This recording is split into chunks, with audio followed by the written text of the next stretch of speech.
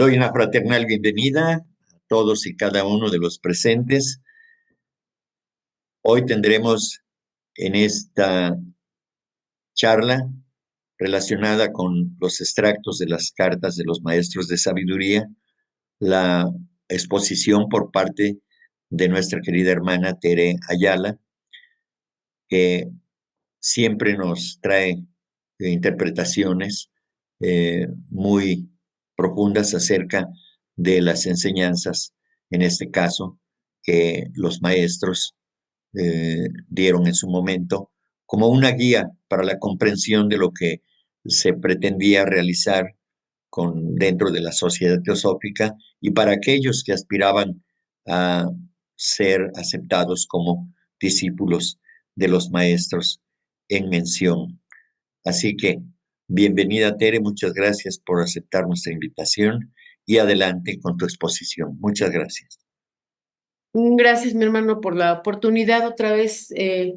Yo siempre agradecida con poder hacer uso de la palabra en los martes, la charla. Y bueno, pues la presentación va sobre la virtud de la verdad, que ya es, me parece que el último martes que se habla sobre esto. A mí me corresponden los últimos aforismos, digo yo. Y con respecto de ello, primero quisiera yo empezar con esta advertencia. Cuando buscamos sobre la verdad, a mí me gusta ir a veces sobre la etimología de las palabras y me llamó la atención buscando sobre esta palabra.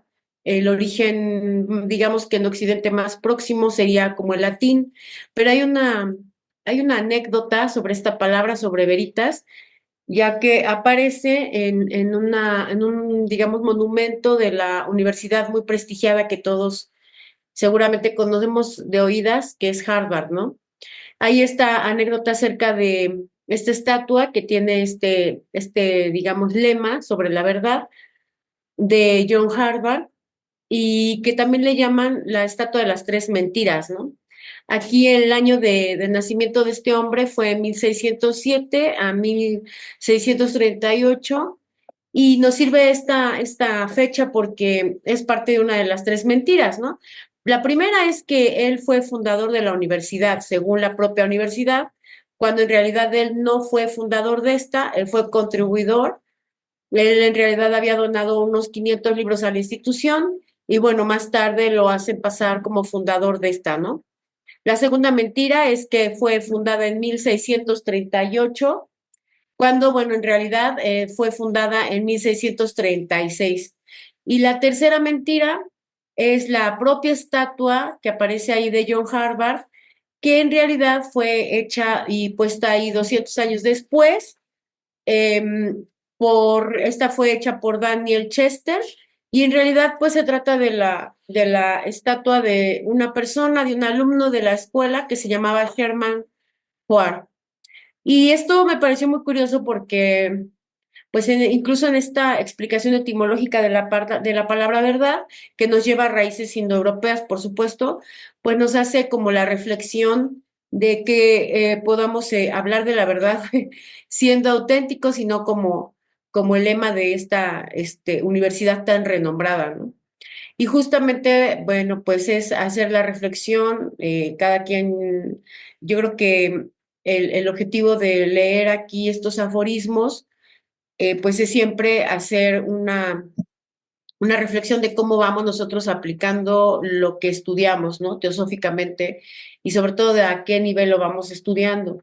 A la derecha aparece la palabra sat, que está en Devanagari, en sánscrito, que aparece muchas veces en muchos de los textos de Blavatsky, aparece en las revistas originales, en las portadas de las revistas originales que ella publicaba, casi en cada escrito que ella hacía, que ella editaba y que formaba parte de la serie de las publicaciones, aparece esta palabra en sánscrito, ¿no?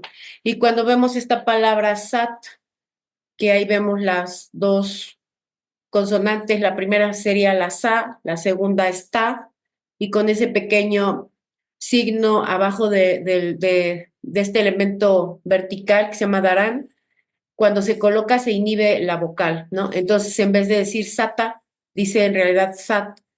y es esta palabra que aparece como prefijo en la mayoría de términos cuando hablamos de, por ejemplo, lo real, ¿no? Por ejemplo, en sattva también aparece, en satya, o sea, rastrear tan solo esta palabra nos llevaría mucho tiempo. En el glosario teosófico aparecen muchas, digamos, significados de esta palabra. Aquí yo puse algunas poquitas. La primera sería realidad absoluta, que ya sabemos que pues hablar de esto implica prácticamente leer toda la doctrina secreta o estudiar comentarios a la doctrina, que es un libro que en lo personal me agrada porque son todas las dudas que tenían los estudiantes de la última logia que levanta, que es esta logia de Londres. El otro significado puede ser hecho, igual acá tendríamos una palabra en sánscrito que significa kur o acción. O sea, son sinónimos también, por ejemplo, Brahman, ya sabemos que Brahman es un sinónimo de Atman en la hermenéutica de Blavatsky, ¿no? En el contexto de Blavatsky, hay muchas otras escuelas que tienen eh, sus propias opiniones, significados, etcétera, pero en el contexto de Blavatsky, Brahman es un sinónimo de Atman y de otros más, ¿no? Que aparecen también aquí en las aclaraciones de Blavatsky en el libro de comentarios a la doctrina. También es un sinónimo de sat o de verdadero o de verdad, lo inmutable, ¿no? O sea, lo siempre presente, lo que nunca cambia, lo que no tiene distorsión, dice aquí. Esto es bien interesante porque ahorita escuchaba con atención las últimas opiniones acerca de cuando vemos a las personas, ¿no? Cuando ve el caso de nuestro hermano que decía que cuando veía a una persona en situación de calle, ¿no? Es decir, nosotros no vemos las cosas como son, vemos las cosas como somos nosotros. Y por ello es que SAT, lo verdadero, no tiene distorsión. Es decir, cuando veo las cosas distorsionadas, no veo las cosas de manera verdadera, ¿no? O de manera justa. Otro también sería lo que está más allá de las distinciones de tiempo, espacio y persona. Aquí en el punto 7 sería bueno ir a la reunión, me parece que es entre la 2 y la 4 cuando Blavatsky habla sobre la duración y el tiempo, ¿no? Es decir, la duración tiene que ver con lo eterno, con la conciencia no condicionada, y el tiempo tiene que ver con el periodo, con lo breve, con lo impermanente, con la conciencia condicionada en su, digamos, campo de manifestación, ¿no? Y un último que sería también sinónimo, lo que impregna el universo en toda su constancia. Es decir, que esta partícula que vemos a veces, el sonido universal, que siempre está sonando ahí, pero que no le escuchamos, que es lo único que existe antes, durante y después de la manifestación, ¿no? Y aquí, bueno, ya hay un, digamos, shloka, verso que aparece en el Mahabharata, que se puede traducir así, que tiene que ver con la verdad, ¿no? Se dice que el Rig Veda casi todo habla sobre la verdad y porque es este mensaje que dejan estos hombres sabios, estos hombres solares, que siembran, digamos, la semilla para la siguiente vida de nuestra cadena planetaria y entonces nos dejan, entre otras cosas, la lengua de los dioses, que es el sánscrito, y bueno, pues se dice mucho en este shloka. Decir la verdad es meritorio. No hay nada superior a la verdad. Todo se sustenta en la verdad y todo se basa en ella. Incluso los pecadores y feroces juran guardar la verdad entre sí. Descartan cualquier motivo de disputa y unidos se dedican a sus tareas pecaminosas basándose en la verdad. Si se comportaran falsamente, serían destruidos sin duda, ¿no? Y aquí entonces entendemos el para qué de estos estados post-mortem, ¿no? Evidentemente, pues tenemos que ser destruidos y pasados por este gran filtro de los tres estados del bardo, ¿no? Para poder lustrar, decían los antiguos mexicanos, este periodo de la lustración, es decir, devolverle ese brillo al alma, ¿no? Una vez que ocurre la muerte del cuerpo físico. Y entonces ya así como un poquito ya entrados en el tema, voy a empezar con el aforismo del día 25, que algunos son ya saben, de KH, otros son de Mahachohan, y todos pues tienen una gran y profunda enseñanza. En eso estamos todos de acuerdo desde que se empezó el estudio del libro. El 25 corresponde a esta de Cachi, dice, incluso entre los hombres de ciencia ingleses hay aquellos que están ya preparados para encontrar nuestras enseñanzas en armonía con los resultados y progresos de sus propias investigaciones, y los cuales no son indiferentes ante su aplicación a las necesidades espirituales de la humanidad sin restricciones.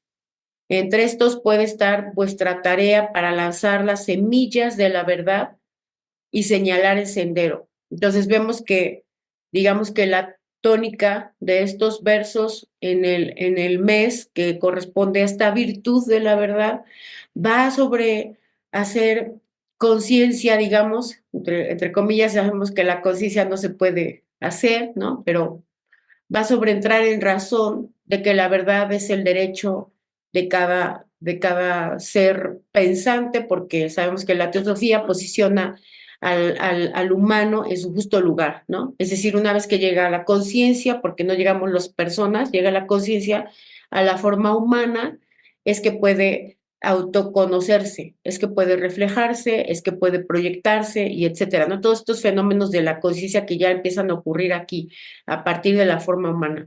No ocurren previo a esto, es decir, en el reino animal, ni ocurren ya posterior a esto, ¿no?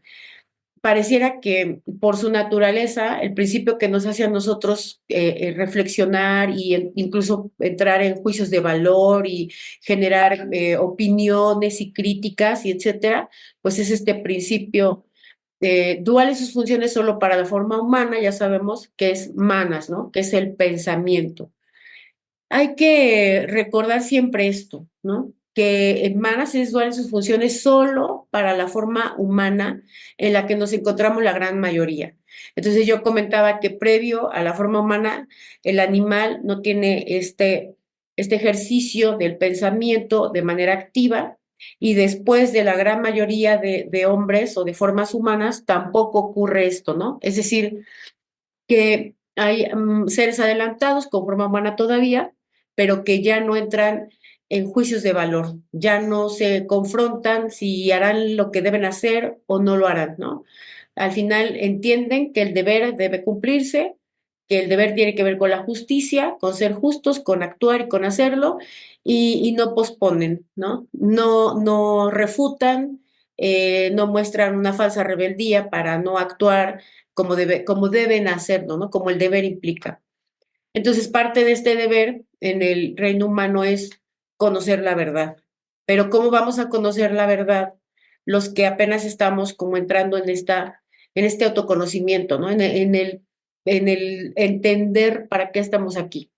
Bueno, pues los hermanos mayores, que en este caso esta frase es de Cache, pues van dejando estos rastros para aquellos que van, digamos, siguiéndolos, que van confiando en estas verdades, en estas leyes, en esta sabiduría, y de esta manera se forma una especie de cadena, ¿no? Uno forma parte de un eslabón y así sucesivamente, porque además la cadena no está rota, no está interrumpida, ¿no? Está formada por eslabón con eslabón, y cada uno de nosotros debe comprender cuál es el trabajo que hacer como eslabón de esta cadena.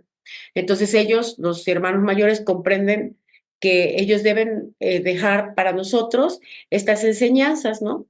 Cuando leemos sobre ellos, se lee, se escribe que ellos pasaron cantidades grandes de encarnaciones aprendiendo más que enseñando, ¿no?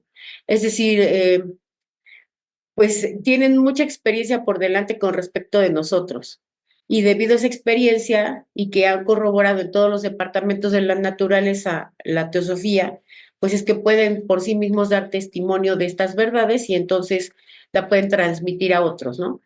Eso, por supuesto, a los que intentamos estudiar estas verdades, pues nos mete en una responsabilidad. Eso significa que entonces yo debo estudiar en los departamentos de la naturaleza estas verdades y corroborarlas, pues claro, ¿no? Entonces, cuando KH suelta esta sentencia, ¿no? Habla sobre que incluso, dice él, entre los hombres de ciencia ingleses hay aquellos que están ya preparados para encontrar nuestras enseñanzas en armonía con los resultados y progresos de sus propias investigaciones y los cuales no son indiferentes ante su aplicación a las necesidades espirituales de la humanidad sin restricciones, ¿no? Que sabemos que es el primer aforismo de la fundación de la Sociedad Teosófica. Nadie está fuera de este derecho de conocer la verdad. Y remata esta frase diciendo, entre estos puede estar vuestra tarea para lanzar la semilla de la verdad y señalar el sendero, ¿no? Pero pues ya sabemos que el sendero se señala siendo uno mismo ese poste de indicación, ¿no? De cada una de estas virtudes. Y eso lo vuelve un reto para todos, ¿sí? Porque el estudio pues implica la reflexión, implica la acción, pero el actuarlo ya es ese gran reto para todos, ¿no? Entonces, bueno, en la reflexión ya del día 26, KH, bueno, en este librito que se compila, KH suelta esta sentencia. Ello implica para vosotros el sagrado deber de instruir al público y prepararlo para futuras posibilidades, abriendo gradualmente sus ojos a la verdad. O sea, aquí hay varias cuestiones, ¿no? Primero que debe aquel que pretende instruir, ¿no? Porque, pues, si ellos aprendieron más que enseñaron en cantidades incontables de encarnaciones, pues se puede deducir que no cualquiera puede enseñar, ¿no? Debido a que ellos mismos, que ya tienen una condición más elevada, y se entiende como condición más elevada no solamente lo intelectual, sino lo intelectual puesto al servicio de lo moral, que es ahí donde quizás muchos de repente tenemos muchas dudas, ¿no?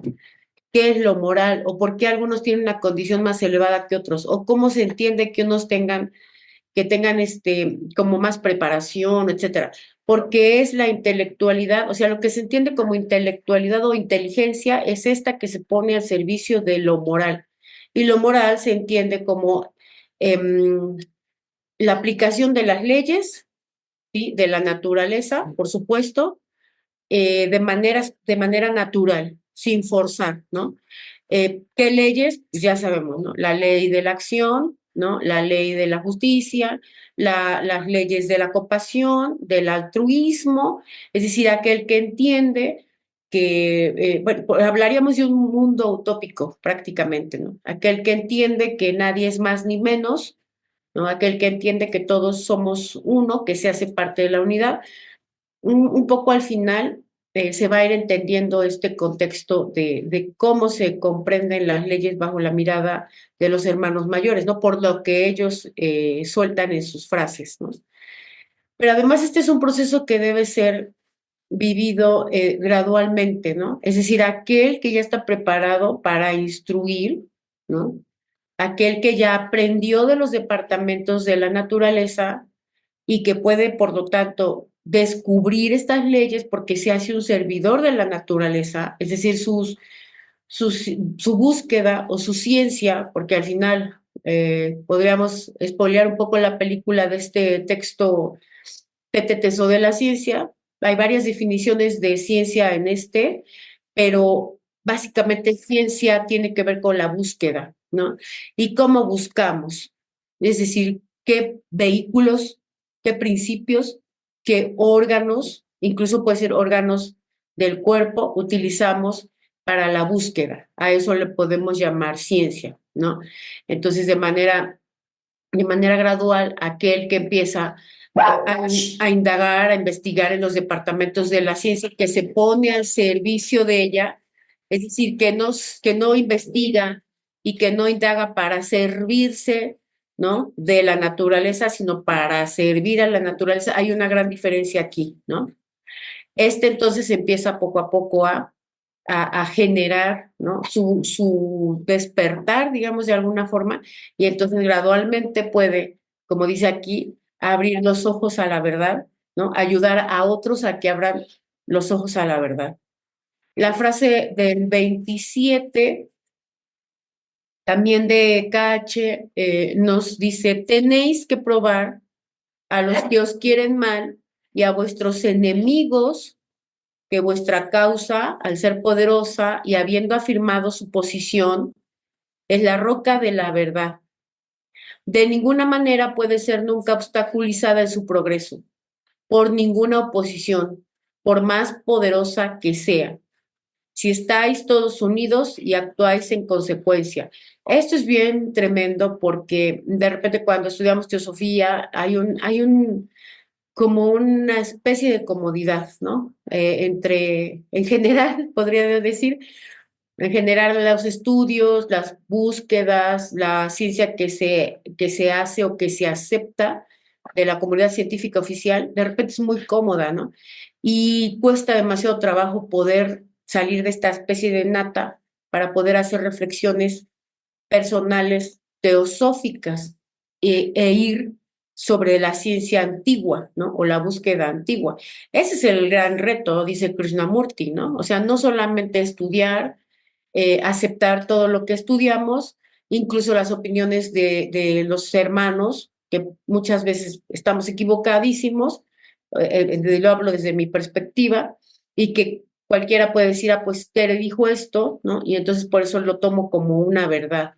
No, Blavatsky soltaba siempre este comentario, ¿no? Que había que corroborar, ¿no? Incluso ella menciona muchas veces que la teosofía es la sabiduría acumulada de todas las edades, de todas las civilizaciones o de las que se preciaron de serlo, y que nada podía estar en la doctrina secreta que no hubiera sido corroborado y revisado en la luz astral por los rishis y videntes, ¿no?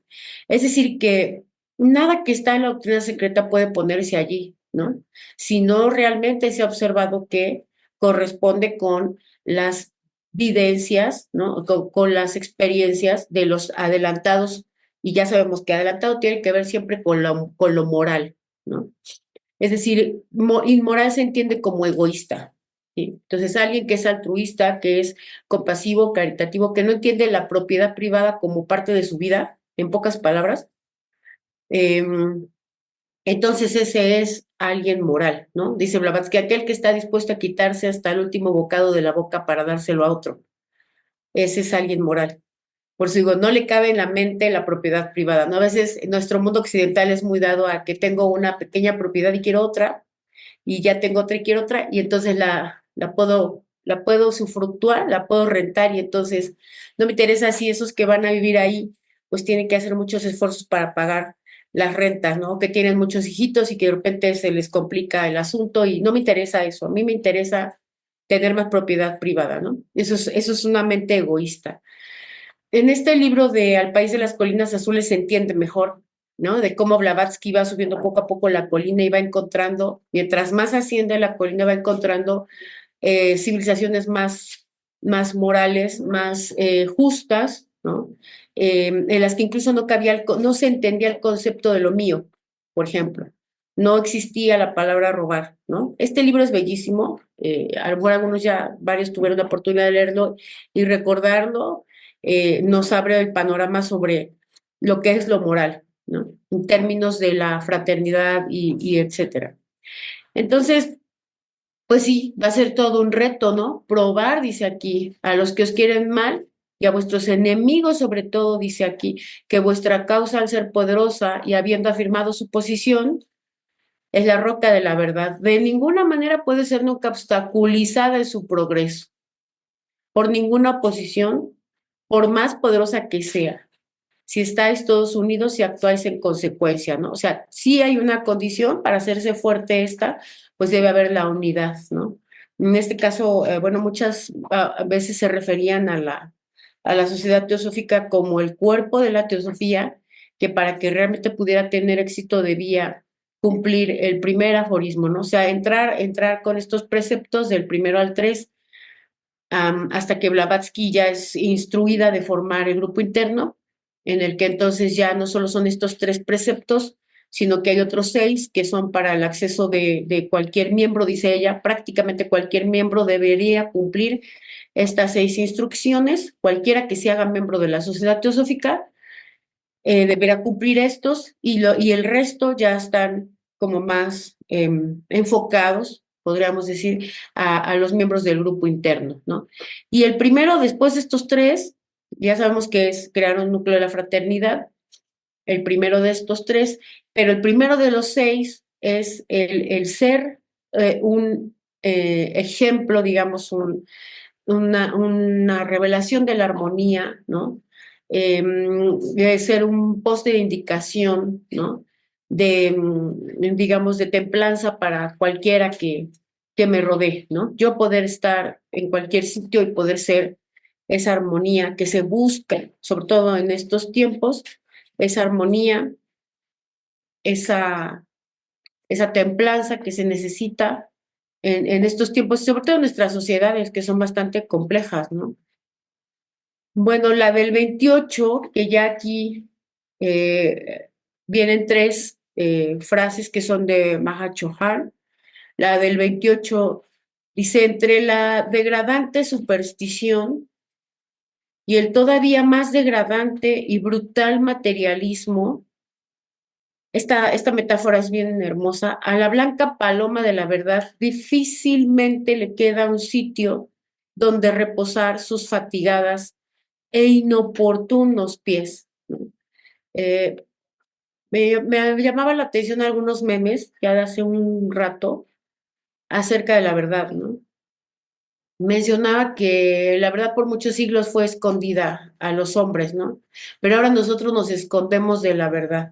Y sí, hay mucho de cierto porque ahora pues nosotros podemos googlear, buscar información, le puedes cambiar el IP a la computadora y buscar páginas exclusivas de ciertos países con términos en otros idiomas, buscar en páginas ocultistas, hay diccionarios de todas las corrientes que nos podamos imaginar, diccionarios masónicos, rosacruces, templarios, teosóficos, gnósticos, de la nueva, de la vieja, de la intermedia era, pero pareciera que ahora pues no es suficiente, ¿no? No es suficiente. Entonces, cuando yo leí esto de inoportunos pies, ¿no?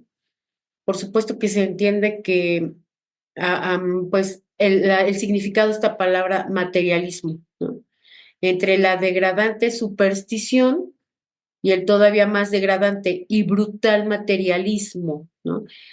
Blavatsky batalla mucho en comentarios a la doctrina secreta con los estudiantes, que vaya Dios, ¿no? Que estudiantes, pero aún así con ellos batalla por este efecto del materialismo. Dice, les decía ya en contadas ocasiones, el asunto con ustedes es la manera en que fueron educados, ¿no? Desde la infancia, la manera en que quieren rebuscar.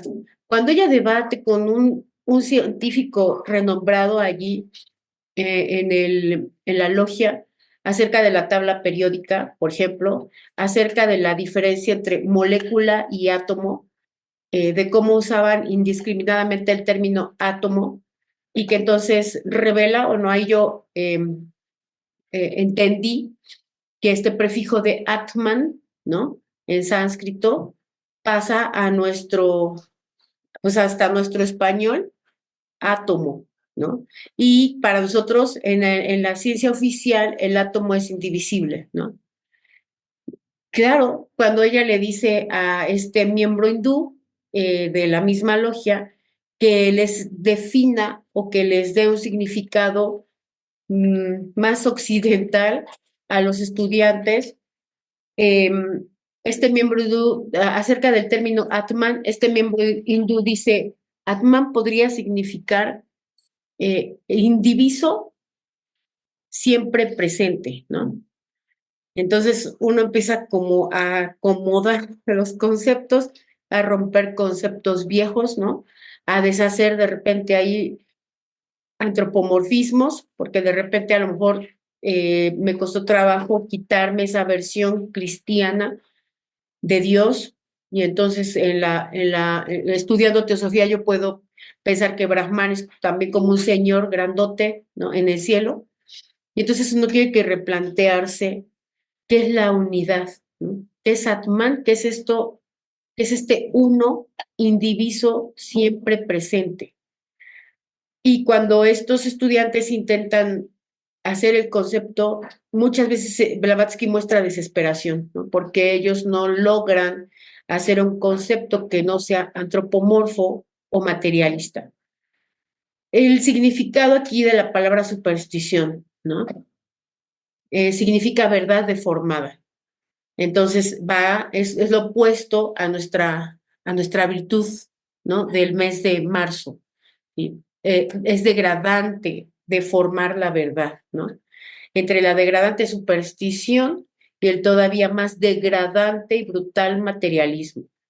¿Qué trabajo le costó? Dice ella muchas veces también en las reuniones a los orientalistas comprender términos como Brahma, ¿no? Como entender acciones, digamos, porque la mayoría de estas palabras, Atman, Brahman, la mayoría incluso de nuestros planos, tienen que ver con acciones. Es decir, en realidad no son personificaciones, son verbos, son acciones. Y entonces cuesta mucho trabajo sustituir a un dios antropomorfo por una acción que no tiene forma, ¿no? Es como decir, sustituyamos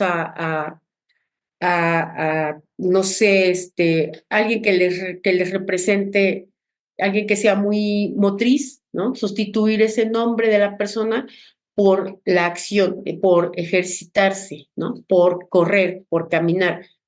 De inmediato yo voy a deshacer la figura física de esa persona, ¿no?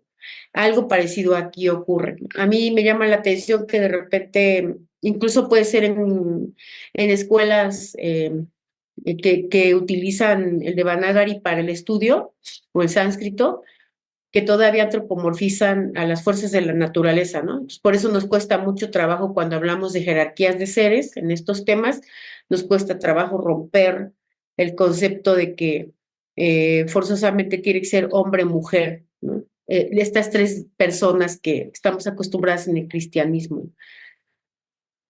En la frase del día 29, bueno, se empieza todavía, también es de Maharaj Chohan, y se empieza a poner todavía más reflexivo el asunto sobre la verdad, ¿no? Y tiene que ver también con la moralidad. Esta dice, el hecho de que el mundo esté moralmente en tan malas condiciones es una evidencia concluyente de que ninguna de sus religiones y filosofías, las de las razas civilizadas, menos que cualquier otra, no han poseído nunca la verdad y tiene que haber en alguna parte una solución válida. Y si nuestras doctrinas prueban su eficacia para ofrecerla, y sí, nuestras doctrinas prueban su eficacia para ofrecerla, entonces el mundo se apresurará a declarar que esa debe ser la verdadera filosofía, la verdadera religión, la verdadera luz que enseña la verdad y nada más que la verdad. Aquí varias cuestiones otra vez, ¿no? O sea, son todavía frases que hay que analizarlas detenidamente, una por una, porque además están compuestas de otras, ¿no? El hecho de que el mundo esté moralmente en tan malas condiciones, y aquí muchos quizá podrían decir, no estamos tan mal, ¿no? Somos una sociedad que hemos adelantado mucho, que hemos avanzado mucho, ¿no? Y habla de moralmente en tan malas condiciones. Y bueno, comentaba que la moralidad tiene que ver con el altruismo, ¿no? Inmoral es aquello que es egoísta, ¿no? Aquello que me separa, aquello que me hace pensar que yo soy esto y el otro es aquello, ¿no? Y que desde ahí yo, no solamente, o sea, el tema no es hacer una opinión o hacer un juicio, una crítica ¿no? O una discriminación, porque todo el tiempo lo estamos haciendo. De hecho, crítica significa discernir, ¿no? Criticón es aquel que discierne. Varias veces yo he comentado que el asunto no es criticar o juzgar, ¿no? El asunto es descalificar o aprobar basado en ese juicio. O sea, todavía, según Sócrates, hay que filtrar nuestras opiniones, ¿no? Hay que filtrar nuestros juicios, saber si es una opinión o un juicio verdadero o una opinión o un juicio falso. Y después de esto, o sea, una vez que yo los he filtrado, poder actuar en consecuencia, ¿no? Entonces, muchos, sin saber si es un juicio verdadero o falso, descalificamos, ¿no? Descalificamos lo que hacen los otros, descalificamos lo que piensan, descalificamos en lo que creen, descalificamos la forma en que viven, descalificamos sin pasarlo por los filtros, ¿no? De manera mecánica, dicen por ahí, ¿no? O sea, llega el estímulo y hay una reacción. Llega un estímulo y hay una reacción. Entonces, la moralidad se entiende como la comprensión de la unidad, del sistema, ¿no? Porque cuando decimos la unidad de las cosas, pues quién sabe cuáles cosas sí, cuáles cosas no.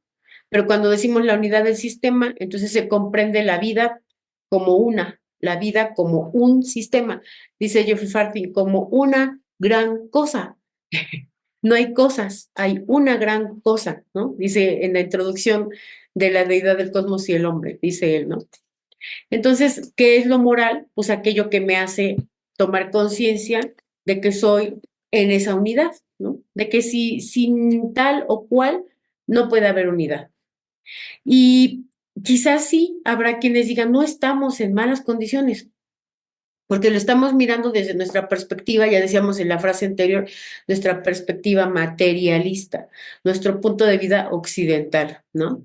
¿Por qué la sociedad teosófica se va para allá, ¿no? Después de su fundación en Nueva York, bueno, porque tenía más posibilidades de florecer allá por obvias razones.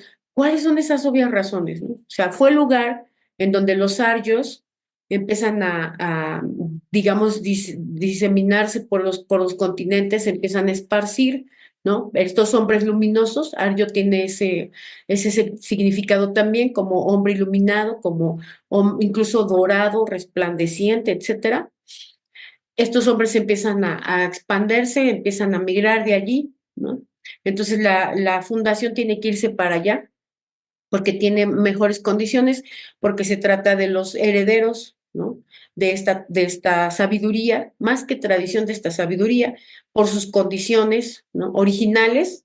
Ya sabes que este sistema de castas es con algo con lo que tiene que luchar Blavatsky, desde la fundación hasta que parte de allí y hasta que muere prácticamente, pero en condiciones originales, cuando no existían estas castas que surgieron a modo de control, pues las condiciones eran más propicias. Aún con el surgimiento de las castas, las condiciones también siguieron propicias porque se trata de una civilización que no testa con animales, que no consume animales, que no se alimenta de la sangre, ni el sacrificio, ni el sufrimiento de ningún animal, y eso ya hace condiciones propicias, ¿no?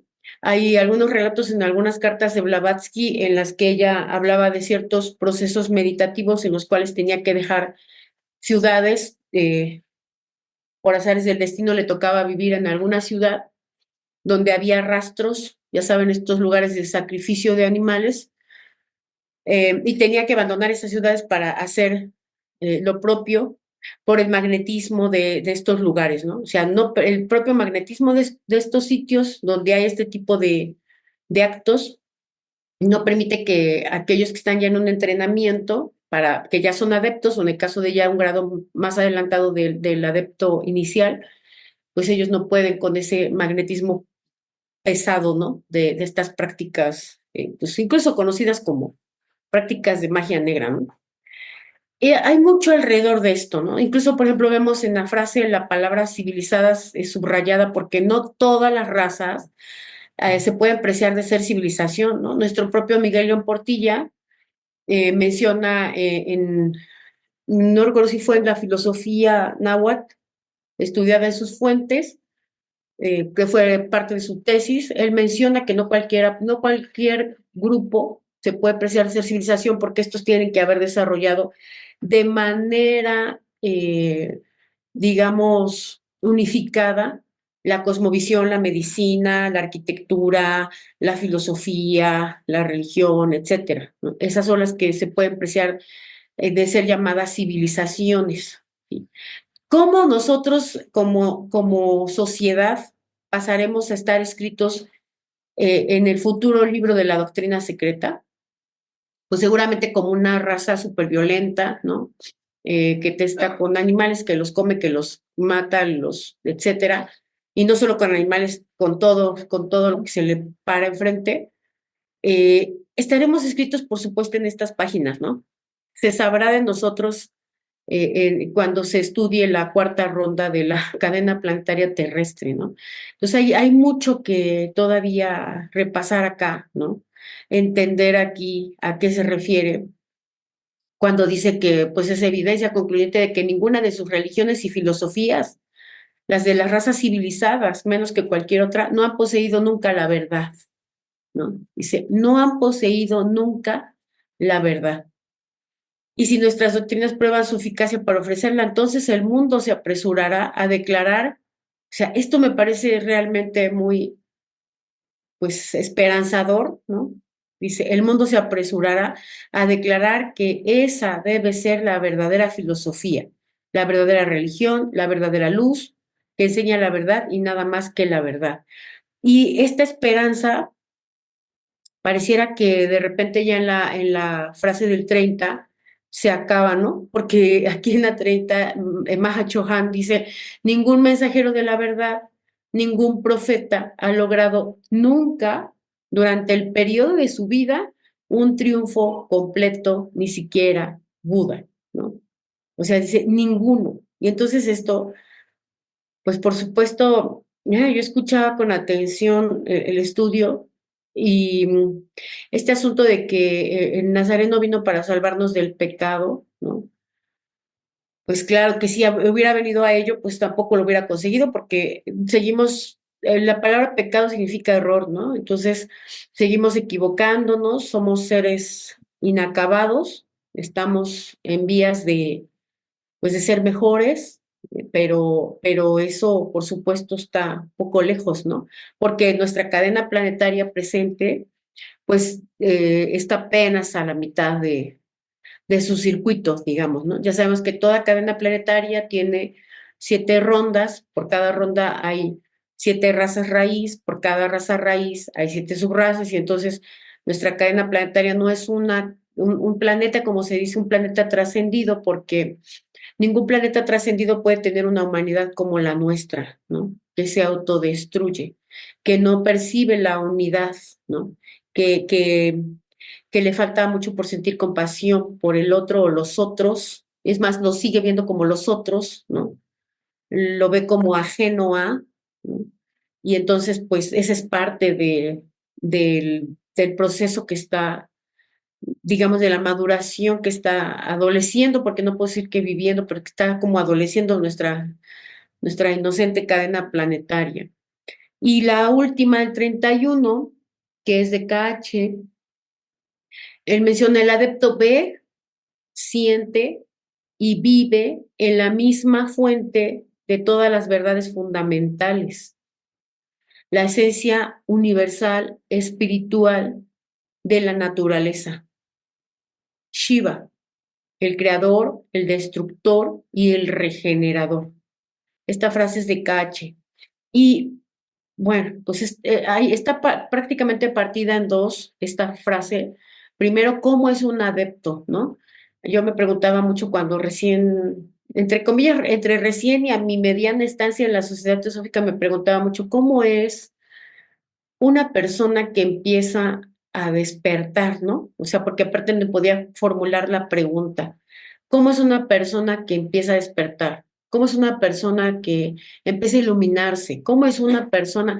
En el lenguaje teosófico, esa persona se llama adepto, ¿no?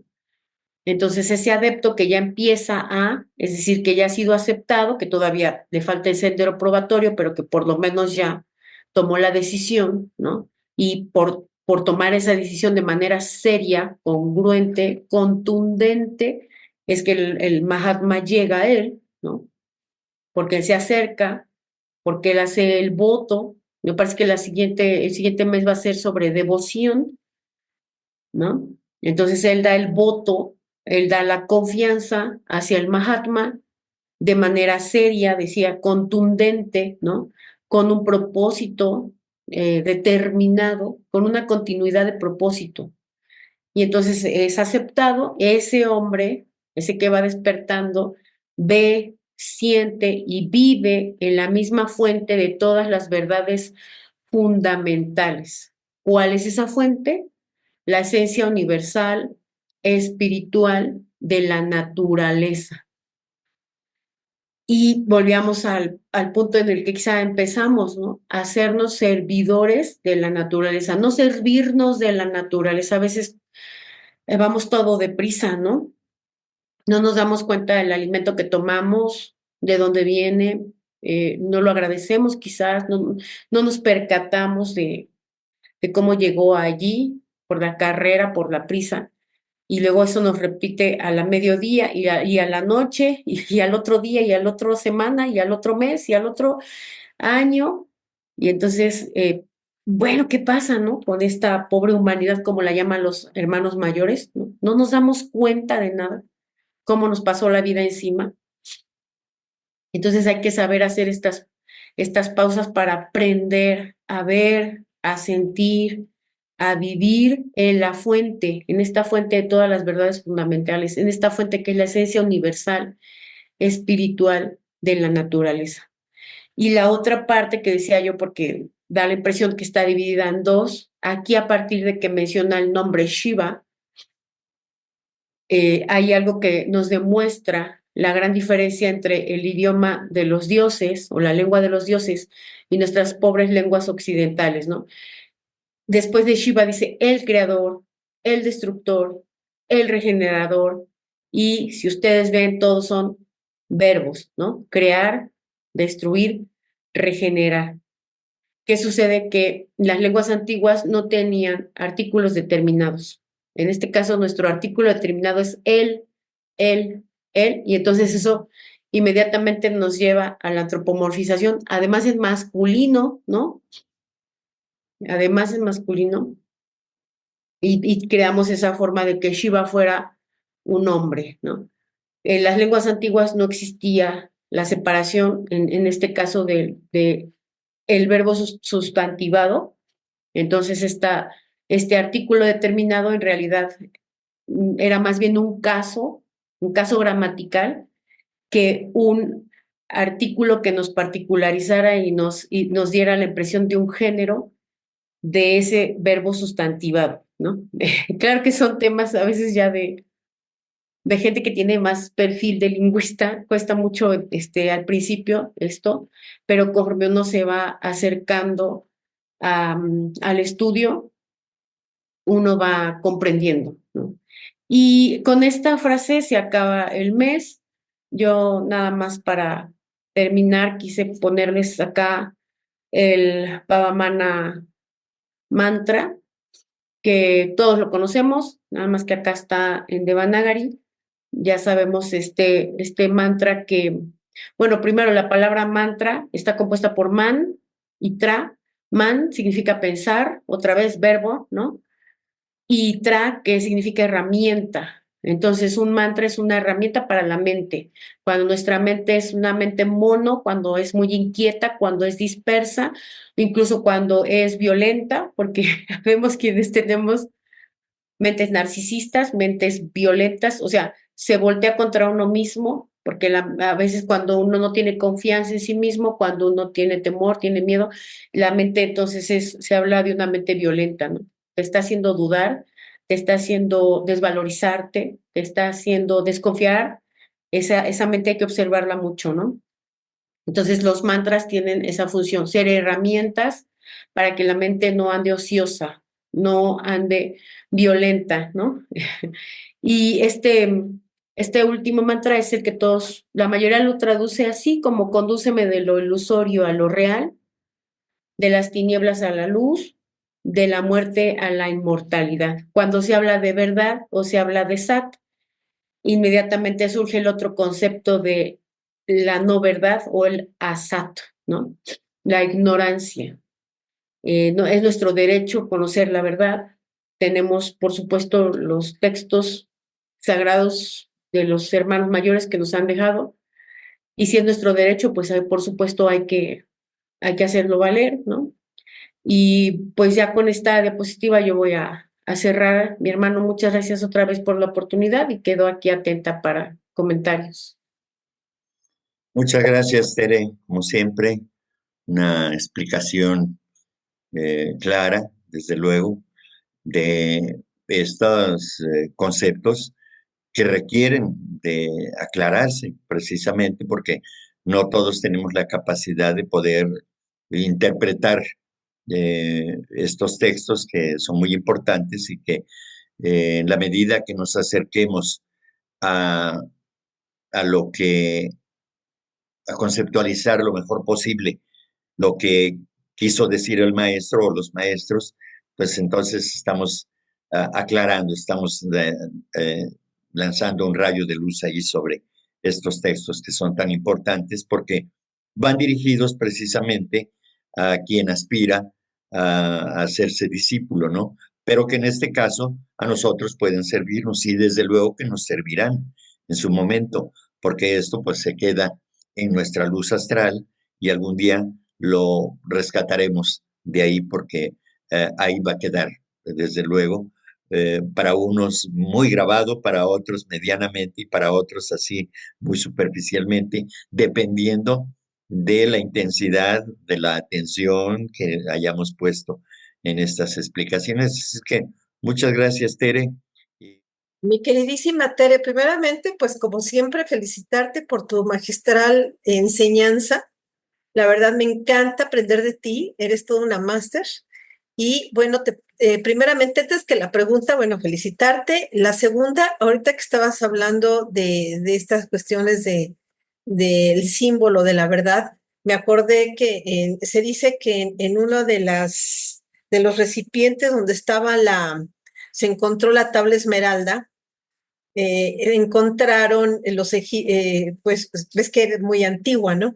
Que estaba grabada la palabra cromat, que los egipcios la utilizaban como así sea la verdad.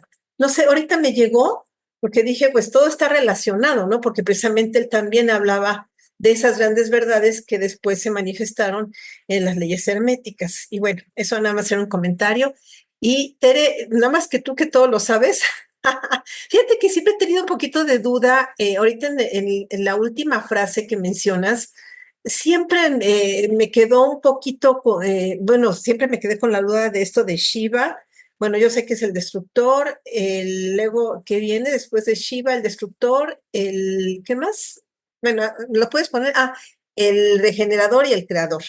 Y fíjate que no lo había visto yo así, efectivamente, como tú dices que se antepone al artículo y inmediatamente se antropomorfiza. Entonces yo porque siempre lo vi así con ese artículo, pues yo como que pues no me cuadraba, ¿no? Yo decía, bueno, a ver, espérame tantito, ¿no? Se refiere a una fuerza, a una entidad definitivamente, pues no me cuadraba, ¿no? Es una fuerza cósmica o es una fuerza interna. Entonces ahorita como tú lo estás explicando, bueno, pues el hecho de trabajar con esa naturaleza interna, pues precisamente también podemos nosotros trabajar con ese Shiva interno, ¿no? Que es nuestro creador, nuestro destructor y nuestro regenerador, que a lo mejor desde el punto de vista de nosotros, pues no es exactamente una entidad, sería como una fuerza interior o algo así, que me explicaras un poquito, que ando un poquito confundida. Gracias, mi querida Tere. Gracias a ti, Rosy. Está bien buena tu pregunta porque cuesta trabajo de repente cuando empezamos a estudiar sánscrito. Ellos tenían una forma de pensar muy diferente, ¿no? Y entonces estudiar sánscrito en estos tiempos, en un condicionamiento en donde yo lo primero que necesito es una libreta para ir anotando, cuando en realidad ellos lo aprendían en la naturaleza desde bien pequeñitos, ¿no? Y aprendían los versos cantados, ¿no? Por ejemplo, ahorita el mantra, pues lo leemos, pero en realidad va cantadito, ¿no? Y va en sánscrito. Desde ahí ya empezamos a tener una diferencia. Lo que ocurre es que, por ejemplo, cuando escuchamos en la Biblia o leemos en la Biblia que el verbo, escuchamos así tal cual, ¿no? El verbo es creador, nos imaginamos verbo como palabra, pero no como acción, no como verbo de acción, ¿no? Decía yo hace rato como correr, caminar, todos estos que en nuestro idioma acaban en infinitivo. Ya sabes que el infinitivo es ar, er, ir, ¿no? Reír, morir incluso, ¿no? Son acciones, nada más que acciones, nada más que verbos. Igual, ¿no? Se menciona en los aforismos, ya digamos un poco más esotéricos, que lo único que hay antes, durante y después es el movimiento perpetuo, o sea, el movimiento es la acción, ¿sí? Entonces, aquí en realidad deberíamos de entender a Shiva como crear, destruir, regenerar, nada más. Sí, el ponerle el artículo determinado es porque al ponerlo determinado ya nos da un género masculino o femenino. En el español, por ejemplo, no encontramos un artículo determinado como neutro, como ocurre en el alemán, ¿no? En el español tenemos el, la y sus plurales, las, los. No decimos, por ejemplo, el agua, ¿no? A veces decimos el agua, pero en realidad ese sería un neutro que no tiene un artículo. ¿A qué voy? A que sí, como lo decía, este artículo nos da otra vez, nos da el piloncito para poder antropomorfizar, lo cual es un error, lo dice Blavatsky un montón de veces. Entonces, ¿cómo debo entender estas tres fuerzas creadoras? Las fuerzas en realidad nos traspasan, no vemos las cosas como son. Cuando empezamos a estudiar el tema de tattvas, uno de los grandes retos es aprender a ver las cosas un poquito como son, porque yo creo que si las viéramos como tal, de sopetón, yo creo que muchos no sobreviviríamos a eso, ¿no? De repente que tú, en vez de que veas a tu familia, ves un montón de partículas allí moviéndose de varias especies, ¿no? En vez de que sientas emoción o amor, gratitud, veas un montón igual de fuerzas allí, de ida y de venida, cuando alguien te dice que te quiere o alguien te rechaza, ¿no? O sea, no vemos las cosas como son, pero en realidad somos fuerzas, ¿no? Lo que se entiende en este libro de comentarios a la doctrina secreta es que somos fuerzas corporificadas, todas las fuerzas. Es decir, lo físico son fuerzas corporificadas, lo astral, ¿no? Lo pránico, lo cámico, como le llamamos, ¿no? Lo manásico, o sea, todos estos niveles de vehículos, o como a algunos nos gusta, a mí me gusta llamarles entidades, porque son como seriedades de la conciencia, ¿no? Todos estos niveles no son más que fuerzas de la naturaleza. De hecho, eso significa tattva, pero la propia palabra nos dice mucho porque tat, ¿no? O sea, otra vez, sat y tat prácticamente también son sinónimos. Está formado por tat, aquello o eso, y tva, que tva significa tú. Entonces, esta palabra de tattva significa tú eres eso, tú eres aquello. Es decir, si somos fuerzas, por supuesto que somos movimiento, somos acción, somos el crear, el destruir y el regenerar y nos atraviesa. Es decir, yo puedo a través del pensamiento, porque aquel elemento indispensable es el pensamiento. A través del pensamiento puedo crear, puedo destruir o puedo regenerar. En realidad ninguna de las tres es mala, buena, ¿no? O sea, solamente hablamos de yo puedo crear mejores condiciones, puedo destruir malas condiciones. O sea, estas son como neutras. Solamente el hecho es que yo cómo las voy a aplicar, ¿no? Esta manera en que se expresa. Algunos dirían que son las gunas también, ¿no? Algunos dirían, no, pues es la activa, la pasiva. Aquí el elemento que no debemos olvidar es este regenerador, que es el que va a mantener la relación entre los dos. Es decir, cuando no está creando ni destruyendo, está regenerando. Eso nos cuesta mucho trabajo entenderlo en nuestras sociedades. Por lo general, cuando llegamos a cierta edad, empezamos a pensar que vamos como degenerándonos, que vamos como ya envejeciendo y que ya no hay más, ¿no? Cuando los hindús tenían o tienen todavía esta aseguran que nuestros sistemas se regeneran cada 7 años totalmente, ¿no? Lo oíamos también en una conferencia apenas, creo, de nuestro hermano Rubén, ¿no? ¿Cómo puede ocurrir esto que está regenerándose cada determinado periodo de años y yo no me doy cuenta de ello, ¿no? Pues están las fuerzas. Decíamos que no vemos las cosas como son, veo las cosas como soy yo. Entonces, de repente ocurre que si en la infancia yo acepto un concepto, ¿no? O una creencia, la tomo como verdadera, gracias a esa fuerza de manas, esa fuerza yo la voy a sostener hasta que llegue una experiencia, hasta que por esfuerzo volitivo, dice Jeffrey Farthing, rompa con esa creencia, con ese condicionamiento, ¿no? Pero en sí, estas tres son acciones, ¿sí? Es movimiento, o sea, tratando como de concluir un poquito, es movimiento, y son fuerzas puestas en movimiento que nos corporifican incluso, que nos hacen vernos como reales. No sé si... Cuando uno trasciende, digamos, esa ilusión de ese yoga maya, digamos, finalmente, digamos, podemos conocer esa realidad, digamos, última, que está, digamos, en ese plano supremo, ¿no? En los Vedas habla del Turiya, el cuarto.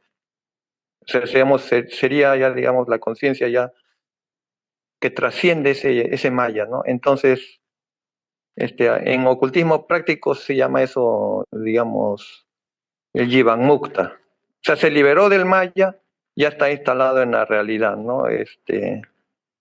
La teosofía, ¿qué propone, no? Porque los Vedas proponen, digamos, a través de los samadhis, digamos, conocer esa verdad, digamos, una verdad, digamos, fuera de teorías, fuera de dogmas, fuera de creencias, fuera de mitos, ¿no? Una verdad ya que se vive, ¿no? Que se trasciende, ¿no? Mira, fíjate, como última acotación, el siglo pasado había un gran hinduista que era un erudito en los Vedas, en todos los Shastras, pero no tenía nada de experiencia, ¿no? Entonces, al final de su vida, digamos, él logra encontrar en el sufismo esas experiencias de la conciencia que solamente lo conocía en palabra, pero no lo vivía, ¿no? Y cuando sucede esto, René Guénon cierra su instituto, deja de escribir libros y se dedica a la vida interna, ¿no? O sea, una cosa es digamos, el esoterismo teórico, especulativo, discursivo, y otra es la realidad, digamos, vivida, ¿no? Tal como es, ¿no? Entonces no sé qué postura tiene la teosofía de esa, digamos, o no propone una técnica, no propone solamente es en el marco de las teorías, ¿no? Sí, mi hermano. Sí, hay varios asuntos ahí, ¿no? Es decir, ¿cómo lo voy racionalizando? Porque ya sabemos que hay 3 grados de la gnosis. Hablábamos de las opiniones. Por supuesto, ahí está el primero, ¿no? Yo puedo opinar, puedo decir, puedo criticar, discernir, hacer juicios, etcétera, pero nada más se quedan ahí, ¿no? En el juicio. Y aquí ya hay un proceso de reflexión, por supuesto, porque no es una mera opinión a veces soltada como, ¿qué calor hace? O sea, estímulo calor, suelto la opinión, hace calor. No, a veces ya son opiniones un poco más elaboradas que sí requieren el 2 grado de la gnosis, ¿no? La dialéctica, ¿no? Que ya es el 2 grado es la ciencia. Pero ¿qué pasa con la última? Cuando ya tiene que ver Buddhi, cuando ya hablamos de la revelación. Tenemos que salir de la mera opinión y del juicio, es decir, tenemos que atrevernos. Por eso el Mahatma le insiste muchas veces, ¿no? A Pesinet, inténtalo. Y por supuesto que Blavatsky, ya habíamos comentado, ella deja esto que se entiende como diagramas de meditación, que son dos. Uno es el de renuncias y otro es el de adquisiciones. Es decir, que así como ella sugiere en esto que llamamos las notas Bowen, ¿no? Que hay que romper un concepto, pero que no podemos quedarnos en la vacuidad, es decir, el concepto se sustituye por otro mejor. Así ocurre. Yo voy perdiendo algo, pero voy ganando algo. Y es la misma ruta que tenemos, ya sabemos, de la yoga, que tiene como inicio el yama, ¿no? Niyama, asana, pranayama, y entonces voy poco a poco, como digamos, desbloqueando logros, ¿no? Este es el asunto con los diagramas de meditación de Blavatsky. En las renuncias, o sea, el nivel de Blavatsky es bien fuerte porque ella deja muy explícito sobre la renuncia, por ejemplo, con el estar aferrado a la personalidad. ¿De qué va desaferrarme de la personalidad? Dios santo, o sea, sí son prácticas bien fuertes porque ella misma las vivió en carne propia. El, el, el asumir, ¿no? Y el enfrentar y el responder de qué manera a que se hablara de ella, a que se ofendiera a su persona, a que se le corriera de adjar, a que, o sea, todas estas pruebas que ella relata, que las comprendió como pruebas, lo relata en una carta que le escribe a William Q. George, ¿no? Le dice, tú eres más feliz que yo, ¿por qué no te das cuenta? O sea, todavía ella habla de una especie de ignorancia en ciertos grados de adaptado, ¿no? Dice, tú eres más feliz que yo porque no te das cuenta que en realidad hay dos tú. Y cuando ella le dice todo esto, pues se entiende el por qué ella decía que era dos. Una era Blavatsky y la otra era HPV. Entonces, claro que va a tratar de todos estos asuntos de las renuncias, ¿no? De las apetencias, de las abstinencias. Ya sabemos que el llama tiene que ver con las renuncias, ¿no? La renuncia al alimentarse con pues animales, ¿no? La renuncia al alcohol, la renuncia al tabaco, la renuncia a más de una pareja, déjate sentimental, ¿no? Una pareja sexual. Después el niyama, que es la renuncia a la comodidad, ¿no? La renuncia al estar acostumbrado en una zona de confort, a que pues yo estoy muy apegado a mi cama, a mi almohada, a mi WC, o sea, hay personas que salimos de repente de la casa por algunos días y inexplicablemente no podemos usar otro baño que no sea el de la casa, ¿no? Entonces, esos temas que aparentemente son bien simples forman parte de una serie de preparaciones que tienen que ver con la renuncia y que al irlos, decía yo, desbloqueando, voy entonces activando esto otro de las adquisiciones, el otro diagrama. Y entonces en el diagrama de las adquisiciones también hay que tener un montón de cuidado, porque hay adquisiciones que son muy ilusorias, muy placenteras, cuando de repente el que está practicando algo dice, ya lo dominé, ya puedo, ya estoy haciendo esto, y cae en la ilusión de que lo está haciendo él, cuando en realidad todo el proceso lo está haciendo la conciencia, ¿no? O sea, cuando Blavatsky deja estas instrucciones, abre todo un universo bien complejo, porque las pocas instrucciones que le deja Cache a Pesinet, en una de las cartas le dice, estudia primero nuestras leyes, él le deja apenas 4 reglas. Y yo creo que con las primeras 2 ya tenemos un montón, porque le dice, estudia primero nuestras leyes, limpia tus percepciones, querido amigo. Todavía le dice querido amigo, ¿no? Porque limpiar las percepciones no es fácil, por eso que tú nos mencionabas, ¿no? El bloqueo de Maya. Y Maya se entiende como lo que llamamos nosotros teosóficamente la antahkarana, que es esta ilusiva, o como que ilusoria, perdón, separación entre la personalidad y el ego reencarnante. Es ilusorio porque claro que aquel que penetra, o sea, que se logra comunicar con Budi, que logra escuchar esa voz, que dice Giordano Bruno, esa voz siempre está allí, nada más que no la escuchas, ¿no?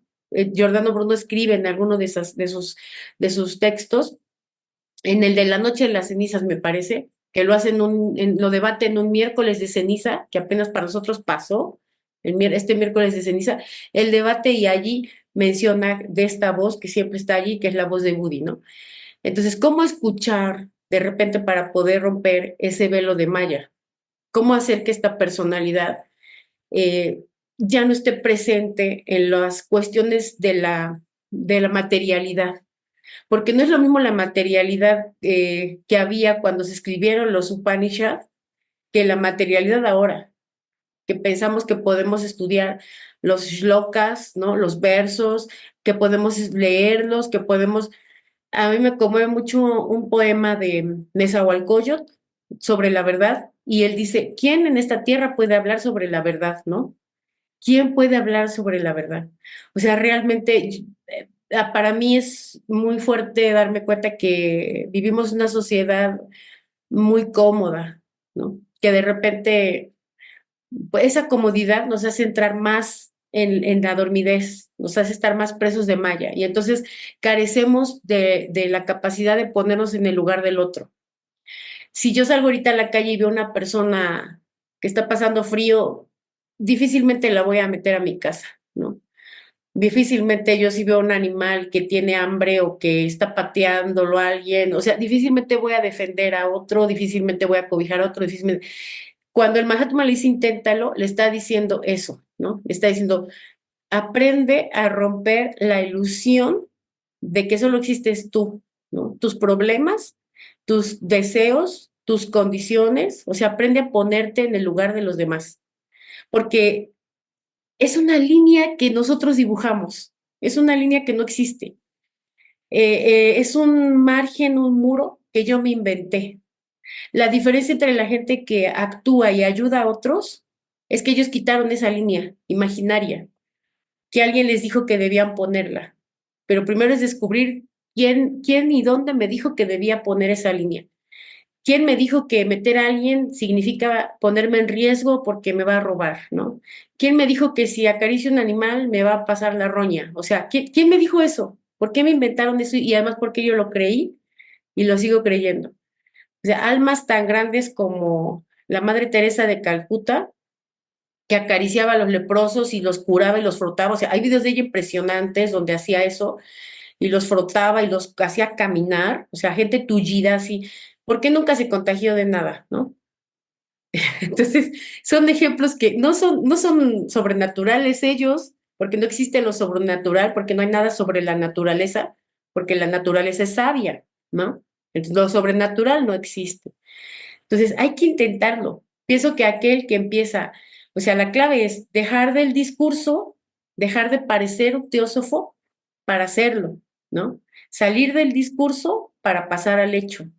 No decir, ahorita vengo, voy al servicio, voy a hacer servicio. Decir, el servicio ya lo traje a mi casa, porque el servicio es todo el tiempo, el servicio, al yo hacer un espacio para darle al otro, en realidad me estoy dando a mí, ¿no?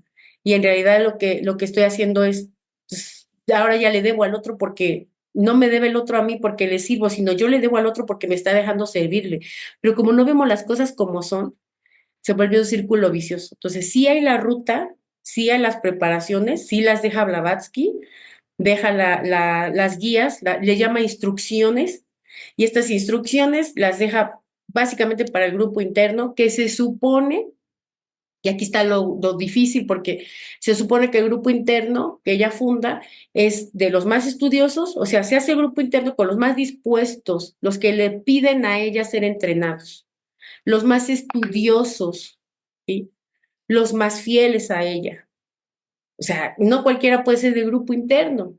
Tiene que ser alguien que sea fiel, que sea estudioso, que sea respetuoso, que pueda dar un servicio. Ahí están estas instrucciones.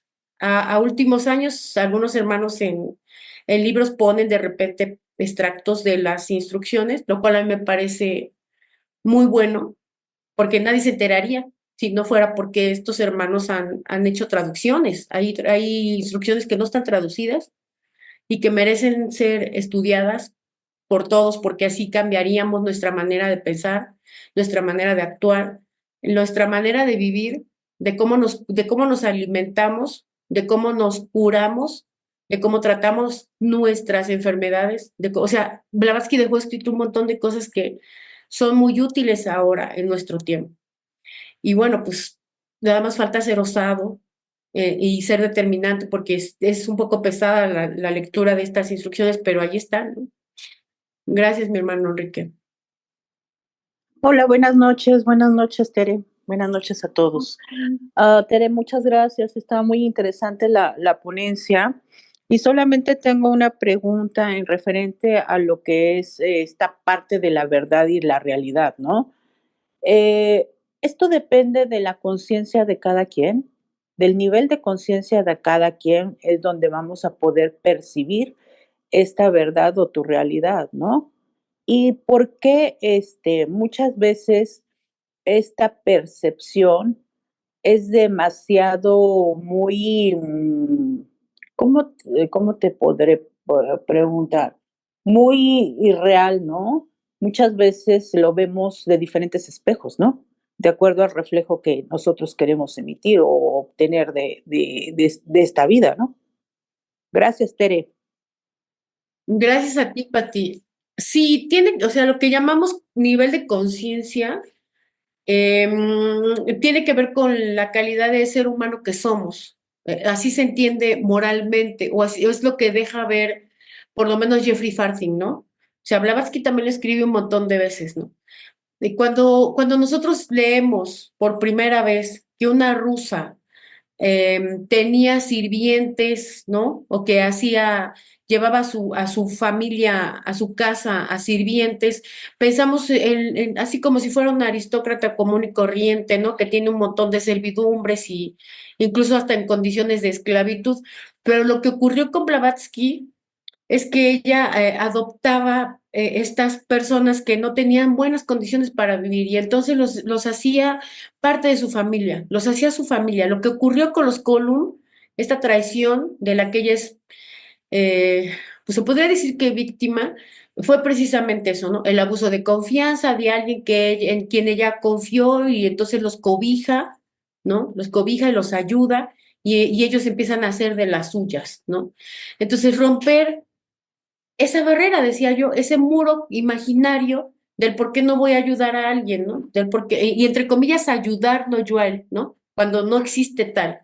Cuando yo pienso que estoy ayudando al otro, en realidad me estoy jerarquizando por encima de él. Me estoy poniendo en una condición superior a él, porque pobrecito de él, yo le voy a dar porque estoy en condición de darle. O sea, no, siempre va a haber una reciprocidad, porque es la ley del equilibrio. Yo aparentemente doy, pero también recibo cuando doy. Esos son misterios de la fraternidad, ¿no? Entonces, tiene que ver con el nivel de conciencia de cada uno. Es decir, el cómo la personalidad va entrando en condiciones de ponerse en el lugar del otro. Dice Jeffrey Farthing que después de una larga serie de encarnaciones, dice así, y por un esfuerzo volitivo, tiene que haber la voluntad interna, que no es un deseo de la personalidad, la voluntad es del espíritu. Entonces, por fin, cuando la personalidad ya tuvo una larga serie de sufrimientos, ya pasó de todo, ¿no? Ya vivió de todo, ya sufrió, por fin puede escuchar a esa voz, ¿no? La voz del espíritu, y entonces por fin el espíritu puede entrar ahí, penetrar, porque pues, la personalidad estaba cerrada, estaba vetada, no veía ni escuchaba, y ahora, después de tanto sufrimiento, aquel se hace escuchar, y si éste le obedece, le escucha, le pone atención, entonces ocurre lo que llamamos la magia, ¿no? Ocurre la magia por fin, y entonces puede ponerse al servicio de esa voz que ella escucha. Oye, ¿por qué no haces esto? Oye, pero si tú tienes para dar aquí, si tú tienes mucho todavía por dar, ¿no? ¿Por qué te cierras a esa oportunidad? Claro que representa sacrificar comodidad. O sea, cada vez que nosotros pretendemos hacer servicio, no es nada más como que pues dale la moneda y hay que se las arregle, ¿no? O sea, no funciona así. La moneda ayuda, pero el servicio no funciona así. Siempre es mejor cuando te involucras, porque la persona va a confiar en ti, porque la persona va a sentir que no es una carga para ti, va a sentir que realmente estás poniéndote en su lugar, ¿no? Sea persona, sea criatura de la naturaleza, etcétera, ¿no? Siempre es ideal involucrarse. La moneda ayuda y qué bueno los que están familiarizados con eso está muy bien, pero involucrarse, romper esa barrera, eso sería el ideal, ¿no? O sea, no se puede construir una fraternidad sin que nos involucremos. Con dinero no vamos a hacer una fraternidad. La tenemos que hacer rompiendo la barrera que existe en nuestra cabeza nada más, ¿no? Y el que tiene esa capacidad, el que empezó a activar esa capacidad por renuncia, hablábamos en la pregunta, comentario del hermano Enrique, ¿no? Primero las renuncias y luego las adquisiciones. Entonces yo renuncio a mi comodidad cuando hago servicio.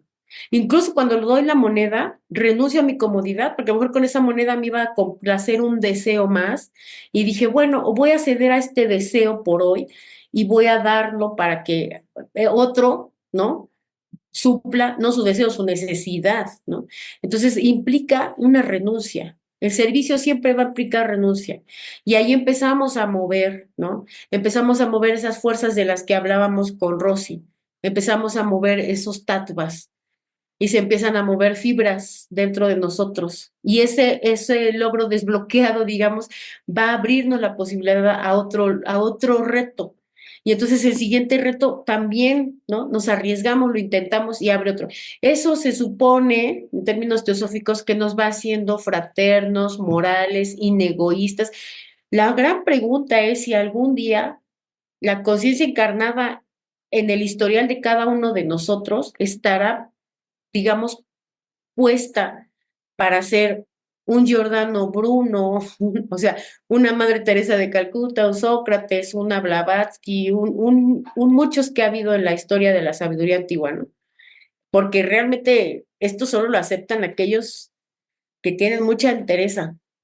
O sea, no cualquier personalidad puede renunciar así, pero tiene que ver con esa preparación interna, moral, este cambio volitivo, dice Jeffrey Farthing. Hay que escuchar, ¿no? Porque es muy diferente el deseo de servir a la voluntad de servir. El deseo es querer atiborrarnos de algo, satisfacer algo, pero la voluntad es la naturalidad del espíritu. El espíritu en acción, eso es voluntad. Si yo descubro que el servicio viene de allí, aunque salga mal, pues yo ya serví y no voy a estar buscando una retribución, ¿no? Simplemente es el hacer por el hacer mismo. Gracias, Pati. Con esto cerramos esta sesión de preguntas y respuestas respecto de la interesante y valiosa charla que nos proporcionó nuestra hermana Tere, interpretando desde luego los conceptos que fueron vertidos en su momento por los maestros de sabiduría. Así que infinitas gracias, Tere, por tu colaboración.